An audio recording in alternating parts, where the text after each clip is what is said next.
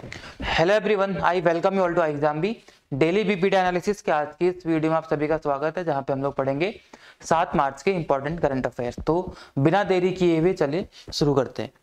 7 मार्च है आज कोई इंपॉर्टेंट डे आपके लिए निकल के नहीं आया है, इसलिए डायरेक्टली हम लोग क्या पढ़ेंगे, जो मैंने आपसे क्वेश्चन पूछे थे उसके आंसर को पहले देख लेते हैं। कल के वीडियो में जो पूछा गया था क्वेश्चन, पहला क्वेश्चन था India and which country recently signed a MOU on defense cooperation and concluded a declaration of intent on migration and mobility। अभी हाल ही में भारत ने किस देश के साथ, इनमें से वो कौन सा देश है जिसके साथ एक MOU साइन किया डिफेंस कोऑपरेशन यानी कि रक्षा सहयोगिता के लिए, रक्षा सहयोग के लिए, साथ ही साथ एक डिक्लेरेशन ऑफ इंटेंट भी वहां पे साइन हुआ। किस चीज के लिए? माइग्रेशन और मोबिलिटी के लिए। ठीक है, तो किसके साथ किया गया? ये इसका आंसर क्या हो जाएगा आपको? Option number D, Italy. Italy की राजधानी क्या है? इटली की राजधानी है रोम। ठीक है, रोम। अभी देखिए रायसीना डायलॉग चल रहा है, रायसीना डायलॉग में इटली की प्रधानमंत्री यहाँ पे शामिल हुई है हमारे देश पे, तो रोम इटली की राजधानी है। ठीक है, अगला क्वेश्चन था colonel CK Naidu team India first test cricket captain statue unveiled in. अभी हाल ही में भारत के जो इंडिया की टीम है, उस जो टेस्ट क्रिकेट कैप्टन, मतलब भारत की टेस्ट क्रिकेट टीम के पहले कैप्टन जो रहे, उनका अभी हाल ही में क्या किया गया? स्टैच्यू अनवील किया गया। उनका नाम क्या था? CK नायडू।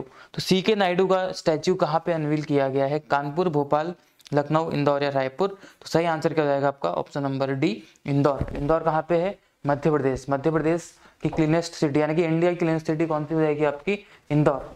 तो इंदौर में अभी इसको हाल ही में इनॉग्रेट या अनवील किया गया है इस स्टैच्यू। ठीक है, तो बढ़ते हैं हम लोग अपने न्यूज की तरफ, क्योंकि आज कोई इंपॉर्टेंट डे नहीं है, तो हम लोग सीधे न्यूज की तरफ बढ़ते हैं। देखते हैं सबसे पहले कौन सा सेक्शन है, स्टेट्स यानी कि राज्य।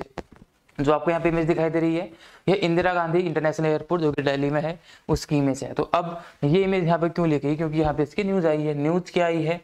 Delhi airport adjust cleanest in the Asia Pacific region. अभी हाल ही में क्या किया गया? ACI की रिपोर्ट आई। ACI क्या है? ACI यहाँ पे लिखा होगा आपका, यह है। ठीक है, एक international grouping Asia Pacific region का, उसकी रिपोर्ट आई जिसमें बताया गया कि जो दिल्ली एयरपोर्ट है वह सबसे क्लीनेस्ट एयरपोर्ट है पूरे एशिया पैसिफिक रीजन में। इसी के साथ साथ जो आपको ये दिख रहा है ना, यही आपका इंदिरा गांधी एयरपोर्ट। ठीक है, इंदिरा गांधी इंटरनेशनल एयरपोर्ट जो कि दिल्ली में है, इसको DIAL यानी कि डायल, इसको ऑपरेट किया था डायल के द्वारा। ठीक है, और ये जो रिपोर्ट है ये किसके द्वारा पेश की गई? ACI के द्वारा। ACI क्या है? Airports council international. ठीक है, इस रिपोर्ट को पेश करते तो इसमें इन्होंने बताया कि Delhi airport Asia Pacific region का सबसे क्लीनेस्ट एयरपोर्ट है। ठीक है, और यहाँ पे डायल की बात की गई थी, डायल इसको ऑपरेट करते, तो डायल का फुल फॉर्म क्या है? दिल्ली इंटरनेशनल एयरपोर्ट लिमिटेड, इसको बोलते हैं डायल, इसके द्वारा इसको ऑपरेट किया जाता है। ठीक है, और जो ACI है, ACI है एक नॉन प्रॉफिट ऑर्गेनाइजेशन है जो कि एयरपोर्ट ऑपरेटर्स की एक ऑर्गेनाइजेशन है एक तरीके से। ठीक है, अब यहाँ पे एयरपोर्ट्स की बात की जा रही है, तो 2-4 चीजें जो एयरपोर्ट्स के बारे में हमें जान लेनी चाहिए। देखते हो क्या क्या चीजें आपके सामने। यहाँ पे भारत का मैप है। ठीक है, अब दिल्ली की बात चल रही है तो भारत की बात कर लेते हैं। भारत में जो दिल्ली एयरपोर्ट है, जो कि इंदिरा गांधी इंटरनेशनल एयरपोर्ट है, यह भारत का सबसे बिजीएस्ट एयरपोर्ट है। ठीक है, सबसे बिजीएस्ट एयरपोर्ट कौन सा है? यही इंदिरा गांधी एयरपोर्ट, जो कि दिल्ली में आपको देखने के लिए मिल जाएगा यहाँ पे। अब ये सबसे बिजीएस्ट है, तो सेकंड नंबर पे कौन सा है? सेकंड नंबर पे है जो छत्रपति शिवाजी इंटरनेशनल एयरपोर्ट है मुंबई में, तो ये है आपका सेकंड नंबर पे सबसे बिजीएस्ट एयरपोर्ट। सबसे पहले कौन सा जाएगा आपका? सबसे पहले आएगा आपका दिल्ली वाला, जिसका नाम है IGI। ठीक है, उसके बाद सेकंड नंबर पे क्या आएगा आपका? मुंबई। मुंबई के बाद थर्ड नंबर पे कौन सा आता है आपका? कर्नाटका, जो कि यहाँ पे है कौन सा? केम्पेगौड़ा। ठीक है, कर्नाटका में आता है आपका केम्पेगौड़ा। तो ये 3 एयरपोर्ट जो कि भारत के सबसे बिजीएस्ट एयरपोर्ट है। सबसे पहले आपका इंदिरा गांधी, सेकंड नंबर पे आपका आता है कौन सा? छत्रपति शिवाजी, थर्ड नंबर पे आता है आपका केम्पेगौड़ा एयरपोर्ट, सबसे बिजीएस्ट एयरपोर्ट है। अब ये मैंने बताया आपको एयरपोर्ट के बारे में, इसमें थोड़ा सा और देख लेते हैं अंदर घुस के डीप में कि क्या क्या चीजें। सबसे बिजीएस्ट एयर रूट, अगर हम लोग एयर रूट की बात करते हैं भारत में, तो एयर रूट्स बिजीएस्ट कौन से होंगे? देखिए, अब एयर रूट्स की बात करते हैं तो यहाँ पे हम लोग जो इंडिया की बात करेंगे तो 2 तरीके की फ्लाइट चलेंगी, एक इंटरनेशनल और एक डोमेस्टिक। तो एयर रूट्स भी 2 तरीके के होंगे। तो सबसे पहले हम लोग देखते हैं कौन सा? डोमेस्टिक। कि यहाँ मैं लिखूंगा डोमेस्टिक वाले और इस तरफ लिखूंगा कौन से, इंटरनेशनल वाले। तो अगर हम लोग डोमेस्टिक एयर रूट्स की बात करते हैं इंडिया में, तो सबसे बिजिएस्ट या सबसे व्यस्त एयर रूट कौन सा है भारत में, तो वह है आपका दिल्ली से मुंबई, यानी कि दिल्ली टू मुंबई, मुंबई टू दिल्ली। ये सबसे बिजिएस्ट एयर रूट है डोमेस्टिक फ्लाइट्स के लिए, ठीक है। किसके लिए है? डोमेस्टिक फ्लाइट्स के लिए। उसके बाद हम लोग दिल्ली से बेंगलोर, ये आपका बेंगलुरु है, तो दिल्ली टू बेंगलोर जो ये आपका एयर रूट है, ये सेकंड नंबर पे आता है। सबसे पहले कौन सा आता है आपका? DM यानी कि दिल्ली मुंबई। सेकंड नंबर पे कौन सा आता है आपका? दिल्ली से बेंगलोर वाला। थर्ड नंबर पे कौन सा आता है आपका? दिल्ली कोलकाता, यानी कि ये वाला, ठीक है। तो कोलकाता दिल्ली, यानी कि दिल्ली कोलकाता, ये थर्ड नंबर पे आता है आपका। तो तीन है जो डोमेस्टिक एयर रूट्स हैं भारत के, सबसे तीन बिजिएस्ट एयर रूट्स हैं। इसके अलावा अब इंटरनेशनल, यानी कि अगर हम विश्व की बात करते हैं तो यहाँ से इंटरनेशनल फ्लाइट चलती है, तो उसमें सबसे बिजिएस्ट एयर रूट्स क्या हैं इंडिया के? सबसे पहला आपको याद रखना है दिल्ली से दुबई। दिल्ली से आप लोग दुबई जाते हैं तो सबसे पहला जो है हमारा इंटरनेशनल एयर रूट जो कि सबसे बिजिएस्ट है भारत के लिए, दिल्ली से दुबई। सेकंड नंबर पे है मुंबई से दुबई, ठीक है, मुंबई से दुबई, MD लिख दिया यहाँ पे। Mumbai to Dubai second number का इंटरनेशनल बिजिएस्ट एयर रूट है भारत का। और थर्ड नंबर पे बात करेंगे तो थर्ड नंबर पे कौन सा जाएगा आपका? दिल्ली से लेकर के सिंगापुर की साइड, यानी कि साउथ एशिया की तरफ, साउथ ईस्ट एशिया की तरफ जाते हैं, तो वो आपका कौन सा जाएगा? थर्ड नंबर का हो जाएगा, ठीक है। तो ये आपके इंटरनेशनल वाले हो जाएंगे, ये आपके डोमेस्टिक हो जाएंगे। और भारत में सबसे बिजिएस्ट एयरपोर्ट आपका इंदिरा गांधी एयरपोर्ट हो जाएगा। सेकंड नंबर पे Chhatrapati Shivaji international airport. Third number पे कर्नाटका का कैंपे गौड़ा एयरपोर्ट हो जाएगा, ठीक है। तो ये जानकारी आपको पता होनी चाहिए थी। एयरपोर्ट से आपको एक चीज और पता रहनी चाहिए, उड़ान, ठीक है। उड़ान, उड़े देश का आम नागरिक, इसकी फुल फॉर्म क्या है? उड़ान। आप लोग बताएंगे कि उड़ान स्कीम को कब लॉन्च किया गया था प्रधानमंत्री जी के द्वारा? तो उड़ान का फुल फॉर्म है उड़े देश का आम नागरिक। उड़ान स्कीम क्या है?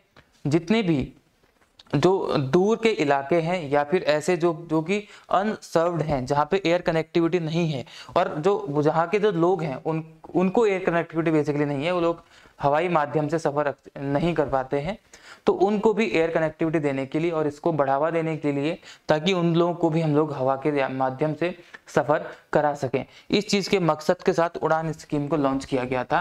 ईयर आप लोग बताएंगे उड़े देश का आम नागरिक, ठीक है। एक रीजनल वो है ये, मतलब रीजनल कनेक्टिविटी स्कीम है, RCS बोलते हैं इसको, रीजनल कनेक्टिविटी स्कीम, RCS है उड़ान, जिसके तहत हर किसी व्यक्ति को हवाई यात्रा देने की बात इसमें की जाती है, उड़े देश का आम नागरिक। इसके तहत बहुत सारे नए मतलब एयरपोर्ट खोले गए, जिनको कि हम लोग रीजनल एयरपोर्ट्स बोलते हैं, एयर कनेक्टिविटी वहाँ पे दी जा रही है। तो ये अलग है। बिजिएस्ट एयरपोर्ट मैंने आपको बता दिए हैं, busiest air routes domestic plus international आपको ने दोनों बता दिए हैं, ठीक है। तो एयरपोर्ट को कंट्रोल कौन करता है? इनको ऑपरेट करने का काम किसका है? AAI, यानी कि airports authority of India airports को कंट्रोल करती है। लगभग 100 से ज्यादा एयरपोर्ट्स हैं जिसको AAI क्या करती है, यहाँ पे मैनेज करती है, इनको ऑपरेट करती है, ठीक है। आगे बढ़ते हैं। अगला जो हमारा सेक्शन है रिपोर्ट्स एंड इंडेक्स से आया है। रिपोर्ट्स एंड इंडेक्स में जो न्यूज बनी है वो क्या है? India rank 108th in V demographic index 2023। V Dem बोलते हैं इसको। वी डैम क्या है? वैरायटी ऑफ डेमोक्रेसी, ठीक है। वी डेमोग्राफिक इंडेक्स 2023 के अनुसार जो भारत की रैंक है वह 108वें नंबर पे आई है 2023 में। अब वी डैम है क्या? वी डैम क्या है? वैरायटी ऑफ डेमोक्रेसी, यानी कि यह वर्ल्ड बैंक या अन्य जो गवर्नमेंट है अन्य देशों की या फिर ऐसी अन्य संस्थाओं के द्वारा इसको फंड किया जाता है वी डैम को। और यह क्या करती है?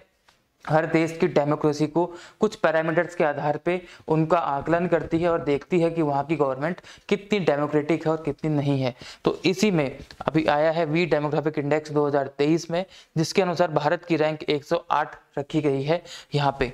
In its latest electoral democracy index, V-Dem Democracy Report 2023, India has been placed at 108th index 8th rank. V-Dem Democracy report में 108वें रैंक पे आई है भारत की रैंक। अब ध्यान रखेंगे 108वीं रैंक किस में है, कौन सी कैटेगरी, इलेक्टोरल डेमोक्रेसी इंडेक्स, ठीक है, इलेक्टोरल डेमोक्रेसी इंडेक्स। इसी का एक दूसरा पार्ट भी होता है जो वीडैम है, एक और रिपोर्ट निकालता है, इसी में इसको हम लोग बोलते हैं लिबरल डेमोक्रेसी इंडेक्स यानी कि LDI। ये है आपका लिबरल डेमोक्रेटिक इंडेक्स और यहाँ पे है आपका EDI यानी कि इलेक्टोरल डेमोक्रेटिक इंडेक्स। तो मैंने हेडिंग में लिखा हुआ है वह EDI की बात चल रही है यानी कि इलेक्टोरल डेमोक्रेसी इंडेक्स की बात चल रही है, जिसमें भारत की रैंक कितनी है, 108 नंबर पे आई है। वीडैम इसको निकालता है और वीडैम क्या है मैंने आपको बता दिया है, ठीक है। पिछले साल 2022 में EDI में भारत की रैंक क्या हुआ करती थी, 100 हुआ करती थी, तो इस बार और नीचे चली गई और 108 नंबर पे आ गया है भारत। यहाँ पे लिखा है यह 108 नंबर पे EDI में आया है, ठीक है। और इसके अलावा अगर आप देखेंगे तो जो LDI यानी कि लिबरल डेमोक्रेसी इंडेक्स है, इसमें भारत से ऊपर, इसमें भारत की रैंक क्या है, भारत की रैंक यहाँ पे है 97। लिबरल डेमोक्रेसी इंडेक्स में भारत की रैंक 97 है और 97 से ऊपर यानी किसके ऊपर 5 कंट्रीज कौन कौन सी हैं, Nigeria, Singapore, Hungary, Mexico, Bolivia, Tanzania. अगर ऊपर से देखें ऐसे तो 91 नंबर पे आती है तंजानिया, डोडोमा यहाँ की राजधानी है, Bolivia, Mexico, Hungary, Singapore, Nigeria, then India comes, ठीक है। तो लिबरल डेमोक्रेसी इंडेक्स में इंडिया के ऊपर ये सारी कंट्रीज आती हैं। इनकी ही रैंक मैंने यहाँ पे लिखी हुई है जो कि आपकी EDI में है, यहाँ पे लिखे हुए हैं सारे के सारे, ठीक है। और ये सारे के सारे EDI में भी भारत से ऊपर ही आते हैं, नीचे नहीं आते हैं, ठीक है। यहाँ पे ये सारी लिखी गई है और इन्हीं कंट्रीज के नाम मैंने यहाँ पे भी लिखे होंगे, कहीं पे ये लिखे हुए हैं, ठीक है। तो ये मैंने आपको बताना था और ये आज की न्यूज़ थी इसमें। तो वीडैम के द्वारा रिपोर्ट निकाल गई, 2 तरीके की रिपोर्ट, LDI और EDI। तो LDI लिबरल डेमोक्रेटिक इंडेक्स में भारत की रैंक 97, EDI यानी कि इलेक्टोरल डेमोक्रेटिक इंडेक्स में भारत की रैंक 108। कंट्रीज कौन कौन सी ऊपर है इसे, Tanzania, Bolivia, Mexico, Hungary, Singapore, Nigeria, ठीक है। आगे बढ़ते हैं। तो ये वही है वीडैम डेमोक्रेसी इंडेक्स जिसके बारे में यहाँ पे लिखा गया। 2014 में इसकी स्थापना की गई थी। यहाँ पे कुछ गवर्नमेंट ऑर्गेनाइजेशंस हैं, वर्ल्ड बैंक है और कुछ अदर रिसर्च इंस्टीट्यूशंस हैं जो इस वीडैम को क्या करते हैं, फंड करते हैं। आगे बढ़ते हैं और इसका हेडक्वार्टर कहाँ पे है, स्वीडन। स्वीडन कहाँ पे है आपका, स्कैंडिनेविया कंट्री, ठीक है। नॉर्वे, स्वीडन, फिनलैंड ये स्कैंडिनेविया कंट्री में आती है, इनके नीचे बाल्टिक सी आता है। आगे बढ़ते हैं। स्वीडन से क्या दिया जाता है, Nobel prize, peace prize Norway से, बाकी बचे हुए 5 कहाँ से दिए जाते हैं, स्वीडन से दिए जाते हैं। नॉर्वे को बोलते हैं लैंड ऑफ मिडनाइट सन, वहां पे एक जगह ऐसी है जहाँ पे सूर्य आता ही नहीं है, ठीक है, ऊपर भी। तो साइंस एंड टेक से इंपॉर्टेंट न्यूज क्या बनी है, India France joint military exercise. अभी साइंस एंड टेक नहीं, ये तो डिफेंस की न्यूज है, हेडिंग गलत पड़ी है यहाँ पे, ठीक है। ये डिफेंस की न्यूज रहेगी आपकी रक्षा की। इंडिया फ्रांस के बीच एक military exercise फ्रिंजेक्स 2023, France India joint exercise, ठीक है। France India joint military exercise, ये तिरुवनंतपुरम यानी कि केरला में इसको स्टार्ट किया जाएगा, ठीक है। कौन सी एक्सरसाइज, फ्रिंजेक्स 2023, फ्रांस और इंडिया के बीच में 7 और 8 मार्च यानी कि आज और कल इसको वहां पे किया जाएगा, ठीक है। इस एक्सरसाइज का मेन एम क्या है, the aim of this exercise is enhancing interoperability, coordination and cooperation between both forces. दोनों फोर्सेस के बीच में कोऑपरेशन को बढ़ाना, कोऑर्डिनेशन को बढ़ाना और इंटरऑपरेबिलिटी को एनहांस करना, ये इसका क्या है, मेन मकसद है। और इस एक्सरसाइज के तहत क्या किया जाएगा, establishment and operationalisation of a joint command post. इसमें क्या किया जाएगा, एस्टैब्लिशमेंट करेंगे एक जॉइंट कमांड पोस्ट का, ठीक है। बेसिकली आपको याद क्या रखना है, फ्रिंजेक्स 23 एक्सरसाइज फ्रांस इंडिया के बीच हुई, जो कि एक जॉइंट मिलिट्री एक्सरसाइज है, जो कि 7 और 8 मार्च को केरला के तिरुवनंतपुरम में हुई। केरला की राजधानी तिरुवनंतपुरम ही है और केरला के गवर्नर आरिफ मोहम्मद खान है और यहाँ के पिनरई विजयन चीफ मिनिस्टर यानी कि मुख्यमंत्री है केरला के, ठीक है।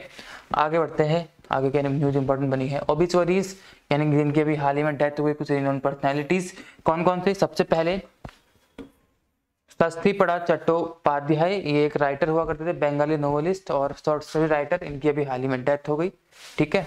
वेस्ट बंगाल ने इनको 2017 में अवार्ड दिया था, बांग्ला अकादमी अवार्ड से इसको नवाजा गया था। राइटर थे और नोवेलिस्ट थे, ठीक है, बंगाली।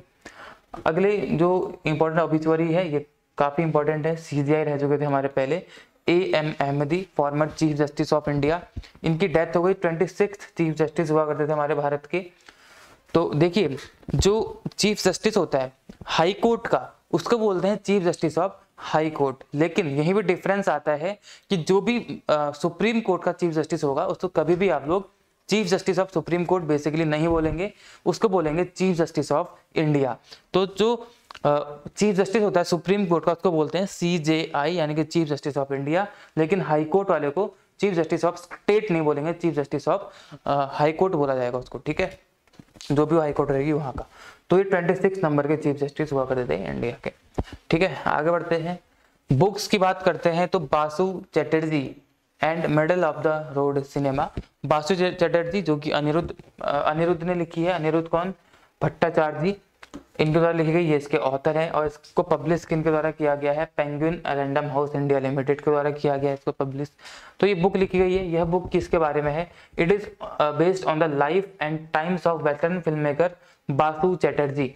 बासु चैटर्जी जो कि एक वेटरन फिल्म मेकर है, उनके जीवन पे लिखी गई है कौन सी? ये वाली बुक। किसके द्वारा? अनिरुद्ध भट्टाचार्य के द्वारा।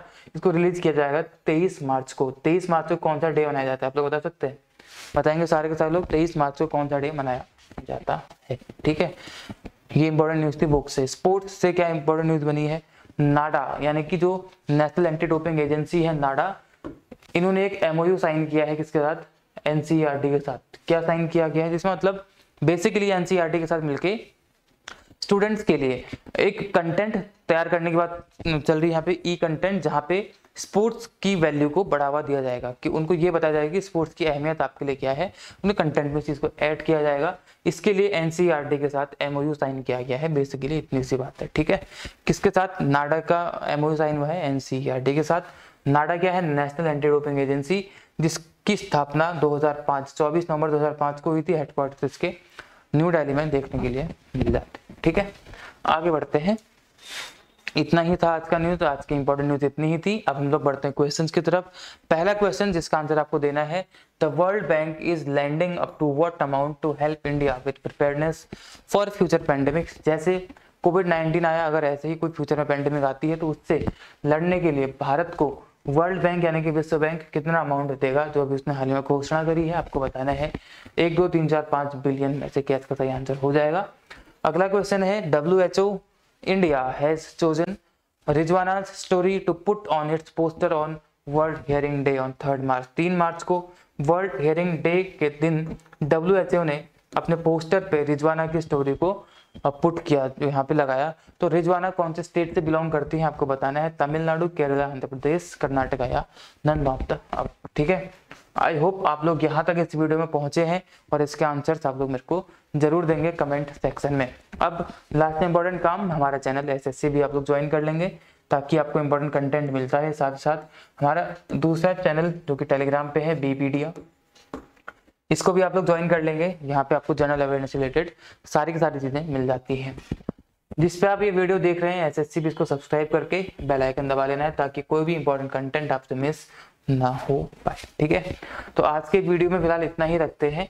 बाकी हम आपसे अगले वीडियो में फिर से मिलेंगे, जहाँ पे हम लोग फिर से कुछ इंपॉर्टेंट चीज़ों की बात करेंगे, इंपॉर्टेंट न्यूज़ की बात करेंगे, ठीक है। तो आपके आने वाले एग्जाम्स के लिए आप सभी को all the very best and all of you be 50% faster. Thank you all.